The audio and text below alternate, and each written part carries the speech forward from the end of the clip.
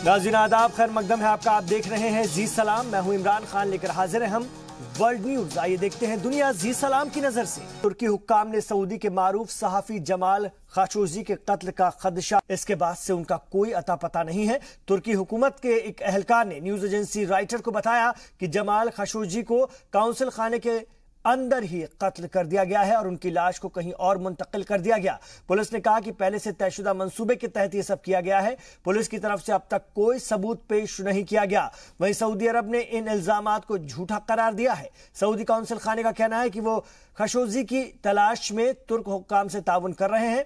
Jamal Khashoggi Saudi हुकूमत के कड़े नाकिद हैं, जो कि सऊदी हुकूमत की इंतकामी कार्रवाई से बचने के लिए गुज़िश्ता 1 साल से अमेरिका में जिलावतनी की जिंदगी गुजार रहे थे। जमाल एक तुर्क खातून से शादी करने वाले थे और अपनी शादी से मुतालिक दस्तावेजात के हुसूल के लिए इस्तांबुल में वाक़ सऊदी काउंसिल खाने गए थे, जिसके बाद से वो बाहर नहीं आए। तुर्की सदर ने उम्मीद जाहिर की है कि जमाल खशोगी जिंदा होंगे और तुर्क हुकूमत उन्हें तलाश करने की पूरी कोशिश करेगी। And being the president of the Turkish Republic, I am following it personally, and we will let all the world know the outcome of this. Everything, including entries and exits to the consulate, are being investigated. Also, departures and arrivals to airports are being investigated as well. और इस वक्त हमारे साथ शौकत भारती साहब phone line पर जुड़ गए हैं, जो एक्सपर्ट हैं मिडिल ईस्ट मामलों के। आइए उनसे बात करेंगे इस खबर पर। सर, ऐसा कैसे हो सकता है कि कोई सहाफी सऊदी काउंसिल खाना जाए और लापता हो जाए और वहां के स्टाफ ये कह रहे हैं कि हमें कुछ पता नहीं? दाल में बहुत कुछ काला है।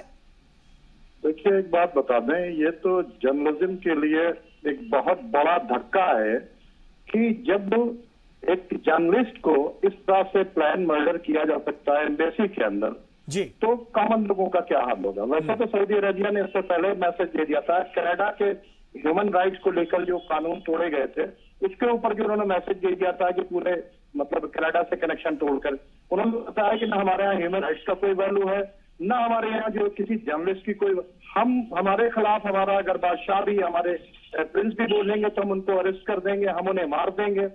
तो ये जो गवर्नमेंट का मामला है, कोई नया नहीं है। ये गवर्नमेंट जब ऑटोमन एम्पायर को गिराने के लिए एस्टेब्लिश हुई थी तो ये कत्ल गारत गरी से आले सऊद की हुकूमत आई थी और ये हुकूमत उसी रविश को पर आज तक कायम है। उसके खिलाफ अगर कोई भी बोलता है तो उसके लिए किसी भी हद तक जाने के लिए तैयार थी जी। ये बहुत बड़ा एक धक्का है कि वाशिंगटन पोस्ट में कॉलम लिखने वाला इतना बड़ा पत्रकार, उसको मार दिया जाए। उसकी मंगेतर बाहर एम्बेसी के इंतजार कर रही है। उसने 11 घंटे इंतजार किया वहां के ऊपर और 11 घंटे तक वो वहां के ऊपर नहीं पहुंचे जी। किस तरह से प्लान मर्डर हुआ एम्बेसी के अंदर। बिल्कुल। तो तुर्की की पुलिस जो खदशा जाहिर कर रही है कि सहाफी जमाल खशोगी को कत्ल कर दिया गया और उनकी लाश को ठिकाने लगा दिया, क्या शहजादा सलमान के खिलाफ बोलने वालों को ऐसी ही सजा दी जाएगी? इसका मतलब ये माना जाए?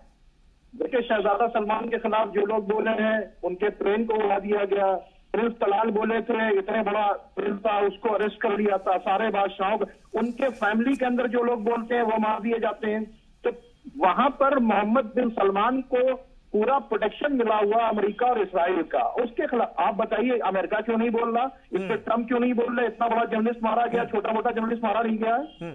तो सऊदी प्रिंस चाहते क्या है? इससे पहले सऊदी कनाडा से भी उलझ गया था। देखिए, कनाडा से उलझे ही नहीं, ताल्लुकात ह्यूमन राइट्स की वजह से उन्होंने सब खत्म कर लिया कनाडा से। यानी कि उन्होंने बहुत से मुफ्ती जो सऊदी अरब की गलत पॉलिसी के ऊपर बोल रहे थे, उन्होंने उनको हैंग कर दिया। वो अभी जेल के अंदर हैं। कोई मजहबी रहनुमा हो, जर्नलिस्ट हो, कोई भी उनके अगेंस्ट बोलेगा वो उसके साथ इसी तरह का। ये उनका मैसेज खुला हुआ है। वजह क्या है कि उनके सर के ऊपर पूरे तरीके से अमेरिका का हाथ है। जी, तुर्की ने जो है सऊदी सफीर को तलब किया है और काउंसिल खाने की जांच की मांग रखी है। इससे क्या होगा? क्या दुनिया सहाफी जमाल खशोगी की गुमशुदगी का राज जान पाएगी? जब देखिए, ये भी रिपोर्ट आई थी कि 15 लोग सऊदी अरेबिया से अलग अलग उड़े और उसके बाद उन लोगों ने टर्की की विजिट की और उसके अंदर एम्बेसी के अंदर ये मर्डर हुआ। और जब 11 घंटे के बाद ये न्यूज आई है तो 11 घंटे में क्या नाम है, इस्तांबुल की एम्बेसी से न जाने कितनी गाड़ियां निकली होंगी। ऐसा तो है कि सारी गाड़ियों को रोक दिया गया होगा। उसके अंदर से कैसे बॉडी इन लोगों ने स्मगल्ड किया, क्या किया, ये तो एक मतलब गौर करने के बाद, रिसर्च इन्वेस्टिगेशन के बाद सारे रिपोर्ट्स आएंगी। और ये बहुत ही अफसोस की बातचीत है कि ट्रंप का कोई बयान नहीं आया, इतना बड़ा जर्नलिस्ट मारा गया जी। छोटी छोटी बातों पर ट्वीट करते हैं ये।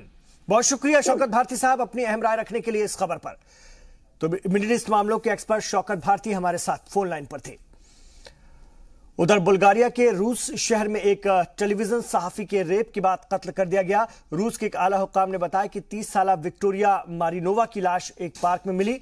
उनके सिर पर किसी भारी चीज से हमला का निशान है। पुलिस के मुताबिक उनका मोबाइल फोन, कार की चाबी, चश्मा, दीगर सामान गायब है। पुलिस जांच में सभी पहलुओं पर गौर किया जा रहा है। वहीं यूरोपीय यूनियन और दीगर सहाफती तंजीम ने विक्टोरिया मारिनोवा के कत्ल की सख्त मजम्मत की है और बुल्गारिया हुकूमत से कहा है कि वो जल्द अज जल्द इस केस की जांच करें और कसूरवार को सजा दिलाएं। रिपोर्टर्स विदाउट बॉर्डर्स के जरिए तैयार आंकड़ों के मुताबिक दुनिया में हर हफ्ते एक सहाफी को कत्ल कर दिया जाता है। बैनुल-अक़वामी पुलिस तंजीम इंटरपोल के चीफ मेंग होंगवेई ने अपने ओहदे से इस्तीफा दे दिया है। इंटरपोल ने उनके इस्तीफे की तस्दीक की है। वाज़ेह है कि मेंग 25 सितंबर से लापता हैं। बाद में पता चला कि वो चीन की हिरासत में है। वहीं चीन की हुकूमत ने ऑफिशियल तौर पर इस बात की तस्दीक भी कर दी थी। मेंग होंगवेई को रिश्वत लेने और कानून की खिलाफ वर्जी के इल्जाम के तहत गिरफ्तार किया गया है और उनके खिलाफ जांच चल रही है। गुज़िश्ता दिनों मेंग होंगवेई की अहलिया ने फ्रांस में उनकी गुमशुदगी की रिपोर्ट दर्ज करवाई थी। ज़राए के मुताबिक मेंग होंगवेई की अहलिया ने फ्रांस के शहर लायन में पुलिस को बताया कि उनके शौहर 29 सितंबर को चीन के दौरे पर निकले थे। इसके बाद से उन्होंने अपने पति के बारे में कई बार बात करने की कोशिश की, लेकिन उनसे कोई राब्ता नहीं हो सका। आपको बता दें कि मेंग होंगवेई चीन के रहने वाले हैं। 2 साल पहले उन्हें इंटरपोल का चीफ बनाया गया था। चीन की सेंट्रल कमीशन डिसिप्लिन इंस्पेक्शन ने एक प्रेस रिलीज जारी की है। मैं इस पर रोशनी डालना चाहता हूं। मिस्टर मेंग होंगवेई के खिलाफ बदउनवानी की जांच चल रही है। चीनी हुकूमत के कानून के मुताबिक ही मेंग को हिरासत में लिया गया है। मेंग ने खुद से ही इंटरपोल से इस्तीफा दिया है। चीनी हुकूमत ने इस इस्तीफे के बारे में इंटरपोल को इत्तला कर दिया है। इधर शाम के इदलीब सूबे में बागी ग्रुपों ने भारी हथियार निकालने का अमल शुरू कर दिया है। ज़राए के मुताबिक इदलीब के गैर जंगी इलाकों से बंदियों ने तमाम भारी हथियार जमा करने का काम शुरू कर दिया बागियों ने और यह अमल 2-4 दिन में पूरा कर लिया जाएगा। तुर्की हिमायत याफ्ता बादी इत्तेहाद नेशनल फ्रंट फॉर लिबरेशन के अलावा दीगर तंजीमों ने भी हथियार डालने शुरू कर दिए हैं। वाज़ेह है कि तुर्की और रूस के दरमियान तय पाए मुआहदे में इदलीब में 15 से 20 किलोमीटर का इलाका बफर जोन करार दिया गया है। इस मुआहदे के तहत तमाम बागी ग्रुपों को 15 अक्टूबर तक भारी हथियार रूस और तुर्की अफवाज के सामने सरेंडर करना होगा। आपको बता दें कि इदलीब शामी बागियों का आखिरी गढ़ है और इसे हासिल करने के लिए शामी अफवाज जंग के लिए तैयार थी, लेकिन तुर्की और रूस के दरमियान समझौता होने के सबब फिलहाल जंग टल गई है। अफगान तालिबान ने इंतखाबात से मुताल्लिक हुकूमत को धमकी दी है। तालिबान ने कहा है कि वो अफगानिस्तान में रवा माह की 20 तारीख को होने वाले पार्लिमानी इंतखाबात को रुकवाने की हर मुमकिन कोशिश करेंगे। तालिबान की तरफ से जारी करदा एक बयान में इन इंतखाबात को एक ऐसी अमेरिकी साजिश करार दिया गया है जिसका मकसद गैर मुल्की तसल्लुत को बरकरार रखने का जवाब तलाश करना है। तालिबान ने कहा कि हर उस शख्स को निशाना बनाया जाएगा जो इंतखाबात को कामयाब बनाने की कोशिश करेगा। वाज़ेह है कि अफगान हुकूमत ने तालिबान को भी इंतखाबात में हिस्सा लेने की दावत दी थी, लेकिन उसने मुस्तरद कर दिया था। तालिबान का कहना है कि जब तक गैर मुल्की अफगानिस्तान से वापस नहीं जाते उस वक्त तक हमले जारी रहेंगे। अफगान हुकूमत का कहना है कि इंतखाबात के लिए 54,000 सिक्योरिटी अफवाज तैनात किए जाएंगे। अमेरिकी वजीर खारजा माइक पोम्पियो अपने एशियाई दौरे के तहत आज चीन पहुंचे, जहां उन्होंने अपने चीनी हममनसब चीन के वजीर खारजा वांग यी से मुलाकात की और दोनों लीडरों के बीच बाहमी इशूज पर बातचीत हुई। मुश्तरका प्रेस कॉन्फ्रेंस के दौरान दोनों मुल्कों के बीच तनाव साफ नजर आया। वांग ने कॉन्फ्रेंस के दौरान अमेरिका को धमकी भरे लहजे में अपने अंदरूनी और गैर मुल्की मसलों से दूर रहने के लिए कहा। उन्होंने कहा कि अमेरिका लगातार चीन के साथ ट्रेड वार को बढ़ावा दे रहा है। इसके अलावा अमेरिका ताइवान मुद्दे पर भी कदम उठा रहा है, जो कि चीन के घरेलू और खारजा पॉलिसी में मुदाखलत है। वांग ने कहा कि अमेरिका ने दोनों मुल्कों के बीच के एतमाद को तोड़ा है, जिससे रिश्तों में खटास आई है। इसके जवाब में पोम्पियो ने कहा कि वो चीन के किसी भी इल्जाम के साथ इत्तेफाक नहीं रखते हैं। उन्होंने कहा कि चीन ने अब तक जो भी कदम उठाए हैं उनकी हमें चिंता है और मैं आज यहां पर हर उस कदम पर बातचीत करना चाहूंगा। इससे कबल अमेरिकी वजीर खारजा माइक पोम्पियो ने शुमाली कोरिया के सरबराह किम जोंग से मुलाकात की। प्योंगयांग में पोम्पियो और किम के बीच करीब 2 घंटे मुलाकात हुई और दोनों ही लीडरों के बीच कोरियाई जजीरे को जौहरी हथियारों से पाक करने और दीगर इलाकाई इश्यूज पर बातचीत हुई। पोम्पियो ने कहा कि किम जोंग ने अमेरिका के सदर ट्रंप के साथ दूसरी मीटिंग जल्द होने पर रजामंदी जाहिर की है। वाज़ेह है कि ट्रंप और किम की पहली और तारीखी मुलाकात इसी साल 12 जून को सिंगापुर में हुई थी, जिसमें कि किम ने अपना जौहरी प्रोग्राम बंद करने की बात कही थी। ट्रंप किम की मुलाकात करवाने में साउथ कोरियाई सदर मून जे इन अहम रोल अदा कर रहे थे। आपको बता दें कि ट्रंप किम की मुलाकात के बाद भी अमेरिका शुमाली कोरिया पर पाबंदी लगाए हुए है। ट्रंप इंतजामिया का कहना है कि नॉर्थ कोरिया जब तक जौहरी हथियारों का खात्मा नहीं करेगा, पाबंदी जारी रहेगी। ब्रेट कैवनॉग ने शदीद एहतजाज के बीच सुप्रीम कोर्ट के 114वें जज के तौर पर अमेरिका में हलफ ले लिया। कैवनॉग पर कई खातून से जिनसी इस्तेसाल का इल्जाम लगा था, जिसके बाद सीनेट की जुडिशरी कमेटी और FBI ने इन इल्जामात की जांच की, जिसमें ब्रेट के खिलाफ कुछ ठोस चीजें निकलकर सामने नहीं आई। इसके बाद सीनेटरों ने कैवनॉग के हक में वोट देकर जज बनने का उनका रास्ता साफ कर दिया। 53 साल के कैवनॉग को चीफ जस्टिस जॉन जी रॉबर्ट्स जूनियर और रिटायर्ड जज M कैनेडी ने एक निजी तकरीब में ओहदे और राजदारी का हलफ दिलाया। कैवनॉग ने कैनेडी की जगह ली है। कैवनॉग की जीत पर सदर ट्रंप ने खुशी का इजहार किया। उन्होंने कहा कि ब्रेट कैवनॉग कई बरसों तक पूरी तरह से सुप्रीम कोर्ट के शानदार जज बने रहेंगे और हमेशा इंसाफ के हक में फैसला करेंगे। अमेरिका के न्यूयॉर्क में 2 कारों की भिड़ंत में 20 लोगों की मौत हो गई। जराये के मुताबिक एक लिमोजिन कार एक स्टोर के बाहर खड़े राहगीरों को कुचलते हुए निकल गई। इससे 2 अफराद की मौत हो गई। इसके बाद गाड़ी पार्किंग में खड़ी टोयोटा हाईलैंड से टकरा गई, जिसकी वजह से लिमोजिन में सवार सभी 18 लोगों ने भी जान गंवा दी। अल्बानी टाइम्स यूनियन के मुताबिक फरवरी 2009 के बाद अमेरिका में यह सबसे बड़ा सड़क हादसा है। न्यूयॉर्क पुलिस के डिप्टी सुपरिटेंडेंट क्रिस्टोफर फियोरे ने एनी शाहिदीन के हवाले से बताया कि लिमोजिन की स्पीड करीब 100 किलोमीटर फी घंटा थी। वहीं ड्राइवर इलाके से पूरी तरह वाकिफ नहीं था, जिससे हादसा हुआ। फियोरे ने बताया कि इस हादसे में मरने वाले 20 लोगों में 18 लिमोजिन में सवार थे। पुलिस के मुताबिक एम्स्टर्डम के रहने वाले एरिन वर्तूसी और शेन मैकगाउन अपने दोस्तों और रिश्तेदारों के साथ पार्टी करने न्यूयॉर्क जा रहे थे। एरिन और शेन की शादी जून 2018 में हुई थी। ब्राजील में हुए सदारती इंतखाबात के पहले दौर में दाएं बाजू के लीडर जेर बोल्सोनारो ने आसानी से जीत दर्ज कर ली है। हालांकि उन्होंने इल्जाम लगाया कि वोटिंग से जुड़ी गड़बड़ियों की वजह से उन्हें वाज़ेह अक्सरियत नहीं मिल सकी। सदारती इंतखाबात में बोल्सोनारो के सामने लेफ्ट लीडर फर्नांडो हडाड हैं और अब दोनों के बीच दूसरे दौर में कड़ी टक्कर होने के आसार हैं। लातिन अमेरिका के सबसे बड़े मुल्क ब्राजील में जुमे पर लगाम लगाने का चुनावी वादा कर रहे बोल्सोनारो को पहले दौर में जीत हासिल करने के लिए जरूरी 50% वोट से कम 46% वोट मिले और इसका मतलब है कि उन्हें 28 अक्टूबर को फर्नांडो हडाड से मुकाबला करना होगा, जिन्हें पहले दौर में 29% वोट मिले। इंतखाबी सर्वे के मुताबिक दूसरे दौर में हडाड और बोल्सोनारो के बीच कड़ी टक्कर देखने को मिल सकती है। वहीं फर्नांडो हडाड ने तमाम सोशलिस्ट पार्टियों से एकजुट होने की अपील की है। गद्दारी के मामले में पाकिस्तान के साबिक वजीर आजम नवाज शरीफ और शाहिद खाकान अब्बासी समेत एक सहाफी आज लाहौर हाई कोर्ट से सामने पेश हुए। जराये के मुताबिक सुनवाई शुरू होने के बाद अदालत ने सहाफी और डॉन के नायब मुदीर सिरिल अल्मीडा का नाम नो फ्लाई लिस्ट से हटाने और उनके खिलाफ जारी वारंट वापस लेने का हुक्म दिया, जबकि नवाज शरीफ और शाहिद खाकान अब्बासी के खिलाफ केस जारी रखने का फरमान सुनाया। इस मामले में अगली समाअत 22 अक्टूबर को होगी। वाज़ेह है कि साबिक वजीर आजम नवाज शरीफ और शाहिद खाकान अब्बासी के खिलाफ लाहौर हाई कोर्ट में आमना मलिक की जानिब से गद्दारी वतन की अर्जी दाखिल की गई थी। अपनी अर्जी में उन्होंने कहा कि नवाज शरीफ ने एक मुतनाज़ा बयान में कहा था कि पाकिस्तान की अस्करी तंजीमें नॉन स्टेट एक्टर हैं और मुंबई हमलों के लिए वो जिम्मेदार हैं। नवाज शरीफ के इन बयान को हिंदुस्तानी मीडिया ने पाकिस्तान के खिलाफ इस्तेमाल किया, जबकि मुल्की सियासतदानों की जानिब से शरीफ के बयान की शदीद मजम्मत की गई थी।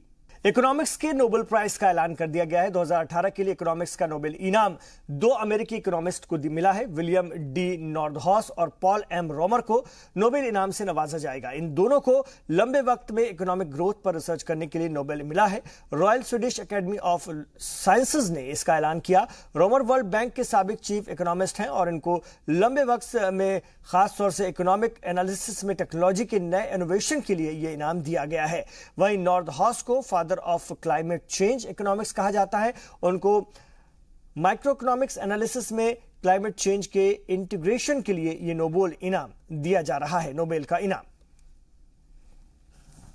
The Royal Swedish Academy of Sciences has today decided to award the Sveriges Riksbank Prize in Economic Sciences in memory of Alfred Nobel for 2018, with one half to William D. Nordhaus for integrating climate change into long-run macroeconomic analysis, and the other half to Paul M. Romer for integrating technological innovations into long-run macroeconomic analysis. इधर global warming के संगीन नताज की फिक्र पूरी दुनिया को सता रही है। वहीं माहौलियाती तब्दीली पर अक़वाम मुत्तहिदा की तंजीम खासतौर से intergovernmental panel of climate change यानी कि intergovernmental panel of climate change IPCC ने अपनी नई रिपोर्ट में चौंकाने वाले इंकशाफ किए हैं। IPCC ने अपनी रिपोर्ट में इंतबाह दिया है कि ग्रीन हाउस गैसों की मौजूदा मिकदार को देखते हुए 2030 तक दुनिया का दर्जा हरारत 1.5 डिग्री तक बढ़ जाएगा। अगर दुनिया में 2 डिग्री से ज्यादा दर्जा हरारत बढ़ गया तो संगीन माहौलियाती बहरान पैदा हो सकता है, जिसका असर समाज के सभी पहलुओं पर होगा। बरे-सगीर हिंद पाक में भी इसके संगीन नताइज होंगे। माहौलियाती तब्दीली पर दुनिया की सबसे बड़ी रिपोर्ट में भारत के लिए बड़ी वार्निंग दी गई है। We are already seeing the consequence of 1 degree C of global warming through more extreme weather, rising sea levels, and diminishing Arctic sea ice, among other changes. If the world continues to warm at the current rate, global temperature is likely to reach 1.5 degrees C between 2030 to 2052. Indonesia में ज़लज़ले और tsunami से मरने वालों की तादाद लगातार बढ़ती जा रही है। हुक्काम के मुताबिक इस कुदरती आफत से मरने वालों की तादाद बढ़कर 2000 पहुंच गई है। इंडोनेशिया के सुलावेसी जजीरे में आए शदीद ज़लज़ले और सुनामी के बाद वहां अभी भी हजारों लोगों के लापता होने की खबर है। इंडोनेशिया की खोज और बचाव एजेंसी के तर्जुमान यूसुफ लतीफ ने बताया कि पालू शहर में हजारों घरों के ढह जाने की वजह से अभी भी लाशें निकलनी बाकी हैं, जिनमें शायद अभी भी कई लोग दबे हो सकते हैं। हुक्काम ने 10 दिनों के बाद मलबे के नीचे दबे अफराद के जिंदा बचने के इम्कानात को इंतहाई कम बताया, जिसकी वजह से तलाशी मुहिम रोक दी गई। मुतासरा इलाकों में करीब 2 लाख लोगों को इमदाद की जरूरत है। आपको बता दें कि बीते जुमे को 7.5 की शिद्दत के ज़लज़ले के बाद आई सुनामी से सुलावेसी जजीरा पूरी तरह से तबाह हो चुका है। उधर अफ्रीकी मुल्क हैती में गुज़िश्ता देर रात ज़लज़ले के कई झटके महसूस किए गए, जिसकी वजह से लोग बुरी तरह से डर गए और खुले आसमान के नीचे रात गुजार रहे हैं। शनिचर की रात को आए ज़लज़ले में अभी तक 14 लोग मारे गए हैं और ताज़ा झटके के बाद उनकी तादाद बढ़ने का खदशा है। सैकड़ों लोग जख्मी हुए हैं, जिसकी वजह से अस्पताल खचाखच भरे हुए हैं। अमेरिकी जियोलॉजिकल सर्वे का कहना है कि इतवार को महसूस हुए झटके का मरकज पोर्ट द मैक्स से करीब 15.8 किलोमीटर शुमाल मगरिब में 10 किलोमीटर की गहराई में था। शनिचर की रात को आए 5.9 शिद्दत के ज़लज़ले में सबसे ज्यादा नुकसान इसी शहर को हुआ है। हैती के सदर जोवेनेल मोइस ने ट्विटर पर हैती को लोगों से अमन कायम करने की अपील की है और कहा है कि मकामी इंतजामिया जरूरतमंद लोगों की मदद कर रहा है। नाज़रीन, रफ्तार किसे मदहोश नहीं करता, लेकिन जब बात एयर रेस यानी कि हवाई जहाजों की रेस की हो तो रोमांच और भी बढ़ जाता है। ऐसा ही एयर रेस अमेरिका के इंडियानापोलिस में मुनाकिद किया गया था, जिसमें कि कई मुल्कों के पायलटों ने हिस्सा लिया और अपने करतब से वहां पर मौजूद लोगों को हैरान कर दिया। रेड बुल नाम से मशहूर ये रेस, खासतौर से एयर रेस, रफ्तार और तकनीक का खेल है और ये हौसलों की उड़ान का भी खेल है। अमेरिका के माइक गॉर्डियन ने सबसे कम वक्त में 70 पॉइंट के साथ ये रेस अपने नाम की।